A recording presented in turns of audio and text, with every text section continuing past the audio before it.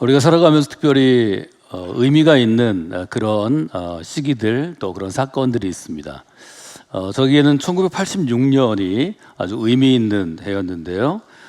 제 인생의 여정으로 보면 이제 대학교를 졸업하면서 연구소에서 직장 생활을 시작하는 첫 번째 해였습니다. 특별히 이제 학교를 떠나서 또 교회를 떠나서 가정을 떠나서 한 사람의 독립된 사회인으로 직장인으로 생활하면서 그리스도인으로서 어떻게 생활해야 되고 어떻게 사람들과 또 관계를 가져야 하고 또 어떻게 일해야 하는지에 대해서 아주 여러 가지 질문과 고민이 있던 그런 시절이었습니다.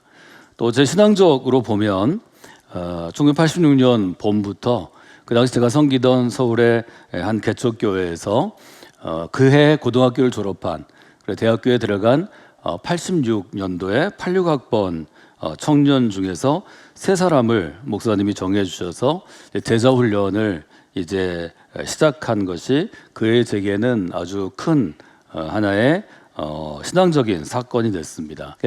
또 그 당시에 제가 가지고 있는 신앙의 질문들도 아주 많을 때였습니다. 또 20대 대학 생활을 시작하면서 신앙에 대한 열정도 있고 교회에 대한 사랑도 있지만 하나하나 생기는 질문들, 삶의 질문들 아니면 신앙 안에서의 질문들을 아주 수백 개 적어가지고 다니면서 좀 답을 찾던 시기이기도 했습니다. 이제 봄에 세 명의 청년들, 갓 고등학교를 졸업한 청년들을 데리고 이제 제자훈련을 시작했습니다. 근데 여러분이 인생의 때를 돌아다 보시면 고등학교를 졸업하고 처음 대학교에 간 해가 가장 자유롭고 가장 기대가 많고 또 가장 열심히 뭘 할 때입니다. 그러니까 저희가 목요일 저녁마다 모여서 제자훈련을 시작했는데요. 교재는 그 당시에 선교단체에서 사용하기 시작하던 여러 가지 단계를 가진 책들이었습니다. 교회 안에서는 그때 제자훈련이나 아니면 소그룹들이 활성화되기 전이었기 때문에 몇 가지 교재 중에서 우리에게 적합한 것을 제가 수정해서 사용했는데 제가 몇 가지 규칙을 정하고 한 주간 동안 주로 과제들을 냅니다. 성경은 어떻게 읽고 기도는 어떻게 하고 또 교재는 이렇게 준비하고. 근데 세 사람이 오는데 세 사람 다 이걸 해왔니? 이렇게 물어보면 아니요 이렇게 얘기합니다. 처음에 몇 주간 하는데 너무 힘들었습니다. 다 시간도 너무 없고 할 일도 많고 그 시간에 오는 것도 힘들어서 성경을 읽는 것이나 기도하는 것이나 또 기본적인 것들을 잘 안 합니다. 우여곡절 끝에 하여튼 처음에 한 7주 정도 과정이 있는 첫 번째 교재를 마쳤는데 이 교재의 주제가 복음의 시작이었습니다. 그래서 이제 교재를 일단 마쳤으니까 교재를 마친 것을 제가 점검하기 위해서 질문했습니다. 자, 복음은 무엇입니까? 누가 이렇게 물어볼 때 어떻게 답할 수 있겠는가? 첫 번째, 두 번째, 세 번째 다 청년들에게 물어보는데 아무도 대답을 안 합니다. 그리고 그 눈이 뭐라고 물어보냐면 제가 잘 모르겠는데 복음이 뭐죠? 복음이 뭘까요? 이렇게 물어봅니다. 그 마지막 그 첫 번째 교재를 끝내고 이야기하면서 제 등에 땀이 나고 또 얼굴도 화끈거리고 당황하기도 하고 화가 나기도 하고 이런 시간이 있었습니다. 돌아와서 며칠간 생각을 많이 했습니다.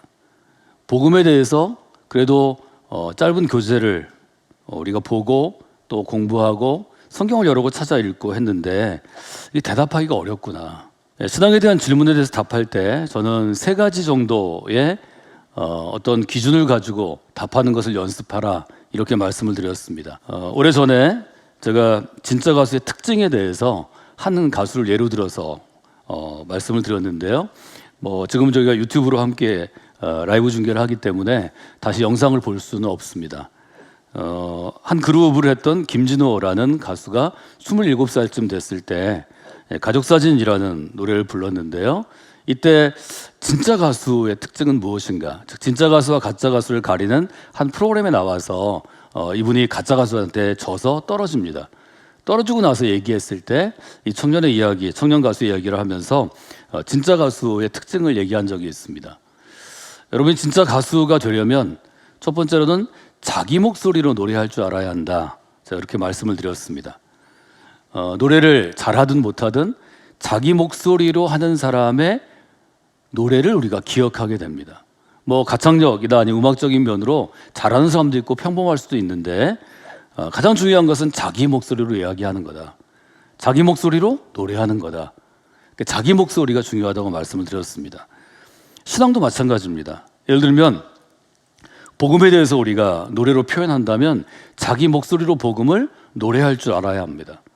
제가 이 세 가지를 이해하기 쉽도록 한 가수의 이야기부터 풀어갔지만 실제로 자기 목소리를 선명하게 낸 그리스도인이 성경에서는 바울서신의 저자로 우리에게 잘 알려져 있는 바울사도입니다. 바울사도는 복음을 이야기할 때, 교회에 대해서 얘기할 때, 신앙에 대해서 얘기할 때 자기 목소리로 이야기했습니다. 그래서 그 목소리가 선명하게 우리에게 기억되는 거죠. 자기 목소리가 중요합니다. 또 하나는 선명하게 노래하는 것입니다. 선명하다는 건 뭘 얘기하나요? 내가 노래하고 싶은 것을 선명하게 보여주는 것입니다. 내가 선명하게 노래할 수 있어야 듣는 사람도 선명하게 받아들입니다.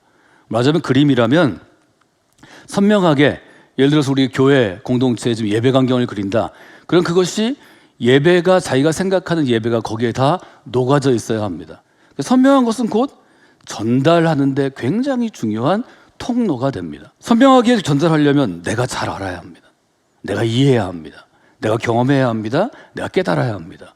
이런 점은 신앙생활과 너무 유사하고 흡사하다고 제가 말씀을 드렸습니다. 세 번째로 일단 가수가 되려면 상대편이 들을 수 있게 노래해야 합니다. 내가 무슨 노래를 했는데 상대가 무슨 노래를 했는지 이해하지 못한다면 그것은 일단은 좀 문제가 있습니다. 실패한 것입니다. 내가 노래하는 무엇을 잘하든 못하든 들리게 해야 합니다. 나 혼자 소리를 내는 게 그게 가수가 할 일이 아니죠. 내가 소화한 노래를 했을 때 상대편이 그 노래를 들어야 합니다. 들은 다음에 뭐 공감하든 공감을 하지 않든 뭐 좋은 평가를 하든 좋지 않은 평가를 하든 그것은 그 사람의 몫이지만 나는 일단 잘 들리게 해야 합니다. 우리가 복음을 알 수 있는 것은 무엇인가요? 우리가 복음이 무엇인지를 잘 이해할 수 있게 된 것은 무엇인가요? 대표적인 것이 오늘 읽은 갈라디아서와 또 우리가 사순절마다 함께 나누는 로마서입니다. 로마서와 갈라디아서를 통해서 바울 사도는 복음이 무엇인지를 자기 목소리로 분명하게 우리에게 노래합니다. 선명하게 노래합니다. 잘 들리게 노래합니다. 그래서 우리가 복음이 무엇인지를 알 수 있는 것입니다. 어디에서 복음을 노래할 수 있나요? 어디에서 복음이 무엇인지를 설명할 수 있나요? 어디에서 복음이 무엇인지를 그릴 수 있나요? 그것은 교회 공동체 안에서만 가능한 것입니다. 제가 지금 이 자리에 서서 여러분에게 제가 할 수 있는 최선을 다해서 또 전심으로 이야기할 때 여러분이 귀 기울인 것은 여러분이 교회 공동체 안에 들어와 있기 때문입니다. 여러분이 믿으려고 노력하는 사람들이기 때문입니다. 여러분이 그리스도의 길을 걸어가려고 애쓰는 분들이기 때문입니다. 그렇지 않다면 제가 아무리 자기 목소리로 선명하게 잘 들리게 노래해도 여러분 중에 많은 분들이 듣지 않을 것입니다. 그러면 노래를 잘 이해하려면 어떻게 해야 될까요? 이 점도 중요하죠. 저는 지금 여러분에게 제 목소리로 또 선명하게 잘 들리게 복음에 대해서 지금 이야기하고 있습니다. 말하자면 노래하고 있습니다. 이제부터는 여러분의 몫이죠. 여러분이 이제 어떻게 듣고 어떻게 이해하고 어떻게 여러분의 삶에 적용하는가는 그것은 여러분의 몫입니다. 노래를 잘 이해하려면 어떻게 해야 될까? 저는 어릴 때부터 음악을 아주 좋아했고 또 음악을 듣다가 아주 음악의 매니어라는 말을 들을 정도로 음악이나 오디오의 젊은 시절부터 제 삶의 많은 부분을 차지했습니다. 대학교 시절에는 그때 저희는 LP로 음악을 들었는데요. 오디오는 아주 기계는 형편없는 수준이었지만 제가 음반을 모으기 위해서 대학교 2학년, 3학년, 4학년까지는 매일 점심을 굶을 때도 많았습니다. 400원이나 500원 있으면 저희가 점심을 먹는데요. 그걸 하여튼 뭐 어떻게든 해결을 하고 나면 금요일이 되면 그 당시에 1,000원, 1,100원, 1,200원, 나중에는 1,300원 하는 LP판을 2장 정도 살 수 있었습니다. 그렇게 해서 제가 단골이 된 레코드 가게가 몇 군데 있습니다. 1986년 겨울이었는데요. 제가 직장 생활을 하면서부터는 첫 번째 다른 제가 훈련받은 대로 또 청년들을 훈련한 대로 하나님께 첫 열매를 드리고 두 번째 달부터는 제가 쓸 수 있는 월급의 3분의 1 정도로 레코드를 주로 수집했습니다. 한 번 제가 가면 뭐 20장, 30장을 샀으니까 그 가게의 주인들이 저를 잘 압니다. 겨울에 갔는데 그분이 이번 달에 나온 신보 중에서 제가 들을 만한 거 추천해 주세요. 그러니까 한 장의 레코드를 줬는데요. 제가 잘 모르는 연주자 것이었습니다. 그래서 제가 이걸 살까 말까 엄청 고민하고 있는데 지금은 미리 듣기도 있고 또 들어볼 수도 있고 한데 그때는 뭐 어떻게 레코드를 개봉하기 전에는 들을 수가 없습니다. 근데 그분이 그 레코드를 딱 열어서 자기가 추천하는 곡을 딱 틀어놓고 마음으로 들어보세요. 저한테 딱 얘기했어요. 실제로 그 곡을 3분 정도 되는 곡을 그 뭐 여러 사람도 있고 버스 정류장 앞에 레코드 가게라 분주한 곳이었는데 둘이 들었습니다. 제가 듣고 나서 마음으로 듣는다는 것이 무엇인지를 그 자리에서 어렴풋이 알게 되었습니다. 집에 가서 밤새도록 그 곡을 들었습니다. 일주일쯤 들으니까 그 당시는 LP판이 바늘로 되어 있어서 그 레코드가 지직지직하는 스크래치가 날 때까지 듣고 그 몇 달 동안에 제가 제 옆에 음악을 좋아하는 제 친구들이나 지인들에게 그것들을 레코드를 선물하기도 하고 또 밤에 테이프에 녹음해서 테이프를 수십 명에게 주었습니다. 몇 달이 지나고 나서 한 1년쯤 됐을 때 그 레코드가 우리나라에서 연주곡으로 제일 많이 판매된 밀리언셀러가 되었습니다. 마음으로 들어보세요. 이렇게 얘기하죠. 신앙은 어떤 것인가요?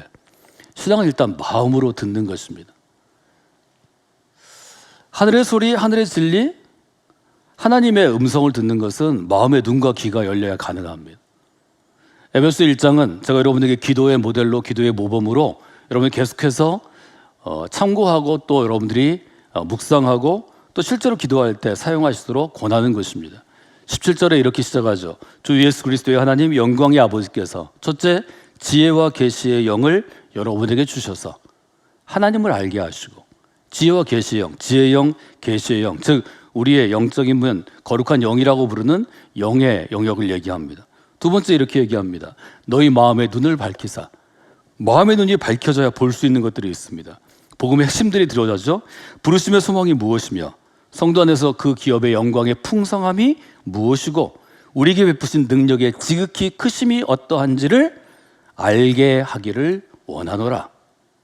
마음의 눈이 열리는 것입니다. 마음의 눈이 열리는 순간부터 그게 끝이 아니고 완전하게 선명하게 들리고 보일 때까지 반복해서 들어야 합니다. 여러분이 노래를 좋아하면 하루에 한두 번 듣는 게 아닙니다. 여러 번 듣습니다. 수십 번 듣고 수백 번 들어서 그 노래가 여러분 마음 안에 새겨질 때까지 듣습니다. 노래든 연주든 마찬가지입니다. LP 레코드 같으면 밤새도록 뒤집고 들어서 밤을 새는 사람들이 많이 있습니다. 성경 말씀을 이렇게 마음의 반복에 새기는 일을 묵상이라고 부릅니다. 시편 1편은 굉장히 귀한 곳인데요. 하나님 안에서 복 있는 사람이 어떤 사람인지를 알려줍니다. 하나님 안에서 복 있는 사람은 악인들의 꾀를 따르지 않습니다. 죄인의 길에 서지 않습니다. 오만한 자리에 앉지 않습니다. 그리고 2절에 더 중요한 게 나오죠. 여호와의 율법을 즐거워하며. 하나님의 사람들은 여호와의 율법을 즐거워한다고 되어 있습니다. 여러분이 정말 신앙생활을 잘 하시려면 우리가 함께 나누는 성경의 말씀들이 또 하나님께 속한 진리들이 그리스도의 교훈들이 기쁨을 줘야 합니다. 신앙생활은 억지로 할 수 있는 게 아닙니다. 우리 아이들이 신앙생활을 못하는 것은 뭐 우리가 이렇게라 저렇게 알려주지만 그 아이들이 하나님의 말씀 가운데 기쁨을 누리지 못하기 때문입니다. 이것은 뭐 어릴 때도 올 수도 있고 나이 들어서 올 수도 있지만 이것은 정말 하나님의 때가 필요합니다. 이것은 우리가 간절하게 무릎 꿇어 간구하는 것 외에는 저는 다른 좋은 방법이 별로 없는 것 같습니다. 다양한 신앙 훈련의 방법들이 있지만 저도 많은 부분을 적용해봤고 교회에서 적용했습니다. 그런데 이해하지 못할 부분이 많이 있습니다. 좋은 신앙의 방식으로 권면했지만 청년 시절이 됐을 때 신앙의 길에서 벗어난 사람이 너무 많이 있고 그냥 놔두는 것처럼 방임으로 키웠지만 하나님의 말씀에 반응하는 영혼들이 있고 이것은 쉽지 않은 일입니다. 기본적으로 하나님의 말씀 가운데 하나님의 노래 혹은 복음의 노래에 우리가 기쁨이 있는가 들을 때 기쁨이 있어야 그 노래를 계속 듣거든요. 즐거워하며 라는 뜻을 잘 기억하시면 좋을 것 같습니다. 그 다음에 어떻게 되어 있죠? 그의 율법을 주야로 날마다 매 순간마다 시간마다 묵상하는 도다. 그래서 우리가 하나님의 말씀을 받아들이는 것 또 복음을 받아들이는 것은 들릴 때까지 반복하는 것, 묵상이 굉장히 중요합니다. 세 번째로 제가 권하는 것은 나의 목소리로 불러봐야 합니다. 재생해봐야 합니다. 여러분이 노래를 많이 들으면 그 노래가 진짜 좋으면 뭐 길을 걸을 때도 또 교회에 올 때도 차를 운전할 때도 흥얼거리게 되어 있습니다. 저 노래를 잘하지 못하지만 제가 좋아하는 노래들은 수시로 그냥 툭툭 튀어나옵니다. 무의식적으로 훈련하지 않아도 의도하지 않아도 그 상황에 맞게 혹은 생각지 않았는데 그 노래가 들려집니다. 우리가 하나님 앞에 가는 것 혹은 복음의 사람이 되는 것, 그리스도의 사람이 되는 것이 그런 과정을 우리에게 아주 포함하고 있다는 것을 보시면 좋을 것 같습니다. 시편 95편은 우리가 감사절에 주로 많이 부르는 찬양이죠. 시편입니다. 오라 우리가 여호와께 노래하며 우리의 구원의 반석을 향하여 즐거이 외치자 얘기인데 큰 소리로 노래하자입니다. 우리가 감사함으로 그 앞에 나아가며 시를 지어 즐거이 그를 노래하자. 자기 목소리로 부르는 것이 매우 중요합니다. 제가 할 수 있는 것은 여러분들이 복음의 노래를 들을 수 있도록 계속해서 제가 제 목소리로 좀 더 선명하게 또 여러분에게 반복해서 들려드리는 것입니다. 여러분이 해야 될 일은 마음에 들릴 때까지 계속 노력하셔야 합니다. 반복해서 새기는 일, 묵상하셔야 합니다. 그 다음에 더 중요한 것은 어느 정도 여러분의 노래가 차면, 그래서 계속해서 길을 걸을 때에도 여러분이 무슨 일을 할 때에도 그 하늘의 노래가, 하늘의 진리가 여러분의 입술에 고이면 그것을 불러야 합니다. 누군가는 듣게 됩니다. 누군가를 향해서 노래하게 됩니다. 이 과정들을 겪으면서 우리는 한 사람의 성숙한 신앙인으로 자라날 수 있는 것입니다. 성악기 믿음의 공동체에서 여러분의 삶 가운데 그런 믿음의 역사 또 복음의 진리를 노래하는 그런 진짜 하나님의 가수들로, 진짜 주님의 가수들로 서시는 그런 분들이 되시기를 주님의 이름으로 부탁을 드립니다. 오늘 갈라디아서를 같이 읽었는데요. 갈라디아서는 바울 사도가 복음에 대해서 갖고 있는 마음, 복음에 대해서 갖고 있는 자세, 복음에 대해서 갖고 있는 그의 일종의 입장들을 잘 알 수 있는 그런 서신입니다. 갈라디아서를 기록한 목적은 딱 한 가지였습니다. 교회 안에 문제가 생겼습니다. 어떤 문제가 생겼는가 하면 교회 안의 성도들 가운데 바울이 전하고 가르치고 바울이 노래한 복음을 떠나서 다른 복음을 따르는 사람들이 너무 많이 생겼습니다. 6절에 보면 이렇게 되어 있죠. 그리스도의 은혜로 너희를 부르신 이를 이같이 속히 떠나 다른 복음을 따르는 것을 내가 이상하게 여기노라. 한두 사람이 아니었던 것 같습니다. 바울이 교회를 맡겼던 사람들, 바울이 신뢰했던 사람들, 바울이 사랑했던 성도들이 바울이 전했던 복음을 버려두고 다른 복음을 따라갔습니다. 바울은 정확하게 얘기합니다. 7절 다른 복음은 없나니, 다른 복음은 없다고 얘기합니다. 어떤 사람들이 여러분을 교란하여는 진짜와 가짜를 일종의 착각하듯 헛갈리게 하는 것입니다. 진짜와 가짜를 헛갈리기 위해서 가짜를 선택하게 하는 것입니다. 교란하여 그리스도의 복음을 변하게 하려 함이라. 이때 이 변하게는 부정적인 의미입니다. 그리스도의 복음이 좀 더 완전해지는 게 아니라 그리스도의 복음이 변질되는 것입니다. 이물질이 들어온 것입니다. 그래서 바울은 다른 복음에 대해서는 아주 단호하게 대처하려고 분명하게 얘기합니다. 8절에 보면 바울은 격앙되어 있습니다. 우리나 혹은 하늘로부터 온 천사라도, 우리 아니라 어떤 존재라도 우리가 너에게 전하는 복음 외에 다른 복음을 전하면 저주를 받을지어다.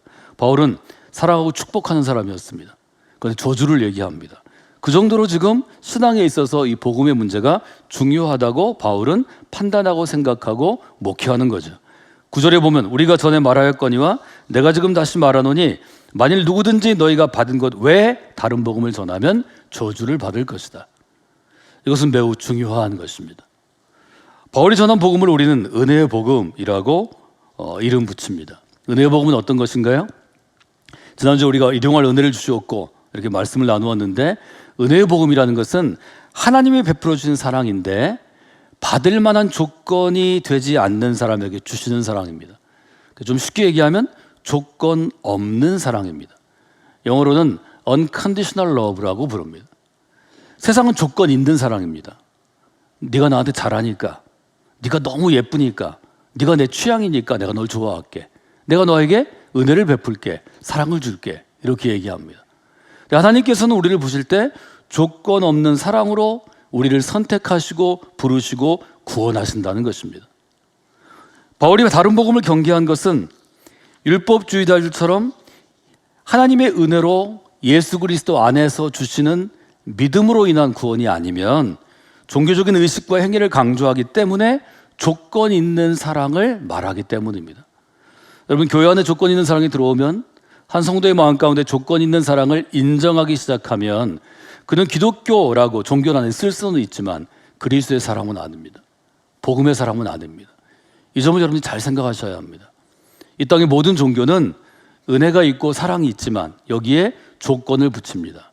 어떤 종교적인 행위, 어떤 종교적인 결단, 어떤 종교적인 고백, 어떤 종교적인 표식, 할례와 같은 표지가 있어야 구원받는다고 알려줍니다. 우리가 지금 믿는 예수 그리스도로 인한 구원의 은혜, 즉 복음에 의한 구원은 조건 없는 사랑에 완전히 의지하는 것입니다. 이래서 우리가 구원받을 수 있는 것입니다. 이것을 복음에 대한 바른 이해라고 우리가 얘기할 수 있습니다. 무엇을 부탁할 것인가의 주제로 우리가 함께 말씀을 나누고 있습니다. 오늘 세 번째 시간인데요. 그리스도의 복음을 전하는 교회를 세우라는 부탁을 반드시 해야 합니다. 교회는 복음 때문에 세워진 것입니다. 이 점은 매우 중요한 것입니다. 저는 여러분에게 매주 저의 목소리로 더 선명하게 여러분이 들릴 수 있도록 복음을 전하는 것에 저는 부름을 받았고 또 그 일을 위해서 일하는 사람입니다. 이것은 저의 역할이고 여기까지입니다. 여러분이 하실 일이 있습니다. 마음으로 들으셔야 합니다. 이것은 여러분의 역할입니다. 들리지 않으면, 조금이라도 들리면 더 들릴 때까지 반복해서 들으셔야 합니다. 이것도 여러분이 하실 일입니다. 그 다음에는 어느 정도 하나님의 때가 되면 자기 목소리로 노래하기 시작해야 합니다. 이 땅에 많은 그리스도인들이 교회 안에 있는 사람들이 듣기는 하는데 자기 목소리로 노래하는 것은 너무 서툰 것 같습니다. 처음에 서툴 것입니다. 서툴어도 노래해야 합니다. 내 목소리로 노래하기 시작해야, 그래야 내 목소리로 노래할 수 있고 그것이 선명하게 형태를 갖추게 되고 다른 사람에게도 들릴 수 있게 됩니다. 여러분이 성곽교 믿음의 공동체에서 그 훈련들을 좀 하시면 좋겠습니다. 또 그 연습들을 좀 하시면 좋겠습니다. 그래서 여러분이 서 있는 자리, 여러분이 지금 일하는 직장에서, 또 이 대전이라는 도시에서, 여러분의 가정에서, 여러분이 서 있는 어느 자리에서든지 하나님 신겨진 곳에서 자기 목소리로 선명하게 복음을 노래해서 누군가는 알아듣게, 누군가는 들리게 하는 것이 그리스도인의 아주 중요한 존재 이유입니다. 그것이 교회가 세워진 이유입니다. 교회는 그 복음을 전하기 위하여 그리스도께서 여러분을 통하여 여러분 가운데 세우시는 것입니다. 성곽교 믿음의 공동체가 그런 복음의 공동체가 될 수 있도록 여러분들 쓰임받는 귀한 성도가 되고 또 우리 교회가 그런 교회가 될 수 있도록 여러분들이 세우시는 분들이 되시기를 주님의 이름으로 부탁을 드립니다.